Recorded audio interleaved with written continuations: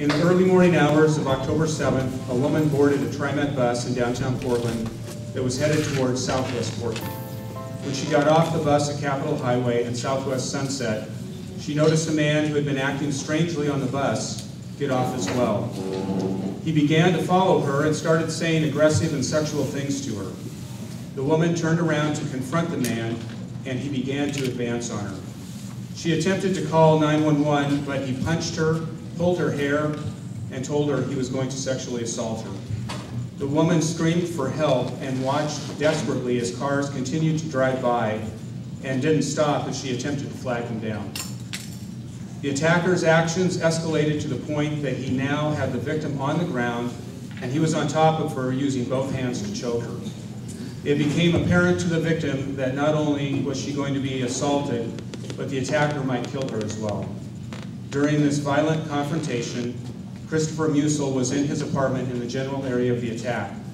By chance, he had left his sliding glass door ajar and thought he heard a woman's screams. As he listened, he became more and more concerned. He got dressed and headed out into the night, trying to locate where the screams were coming from.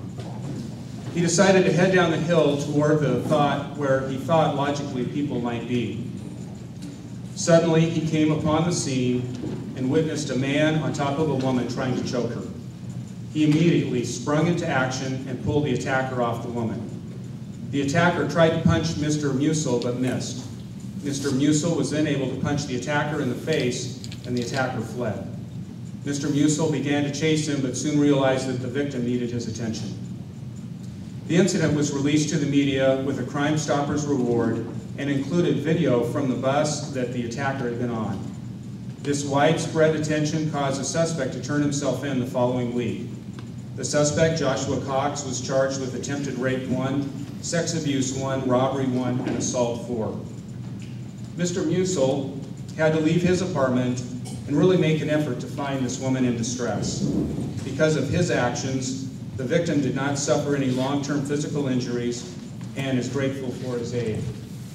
Mr. Musil's intervention was critical in ending the attack and possibly saving the woman's life. In recognition of his tremendous heroic action, demonstrating personal courage and selflessness, Christopher Musil is hereby awarded the Portland Police Bureau's Civilian Heroism Medal.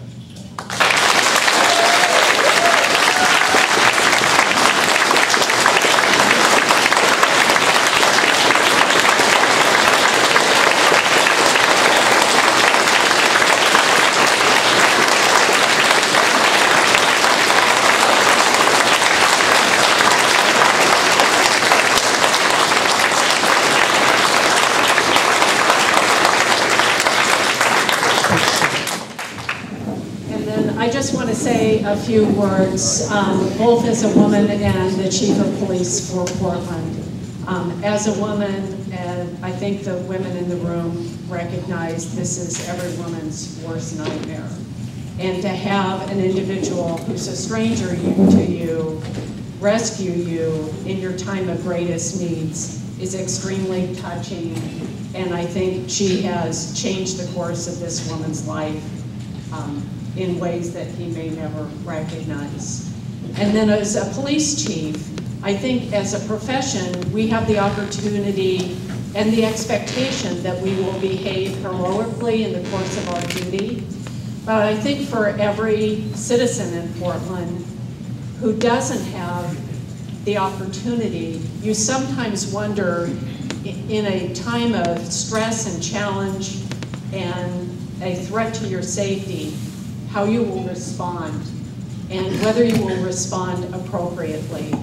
And Christopher responded not just appropriately, he responded heroically.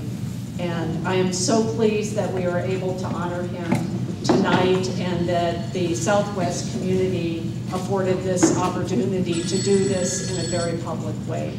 So thank you, Christopher, and thank you, Southwest Portland, a neighborhood that cares.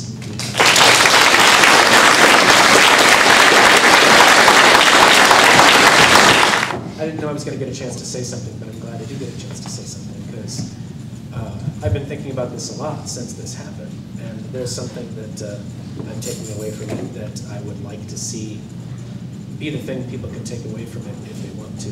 You use the phrase rescue, and this is something that I've had a chance to think about a bunch. I'm not really sure whether I feel like I rescued this person. I helped her, but what really sort of stuck with me is that I felt very strongly that she saved herself by fighting incredibly hard, and by not giving up ever, and by making it cost, and by raising such an alarm that she ended up getting the backup that she needed. I'm glad that I was able to help her. But, well, I guess I've been saying to anyone I can say it to, it doesn't feel like being rescued to me. It feels like fighting like hell to save your life and winning.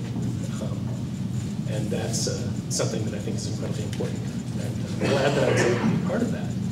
But, and I'm also grateful that I was able to do something in service to that, because I'm absolutely blown away. I'm so proud. That's all.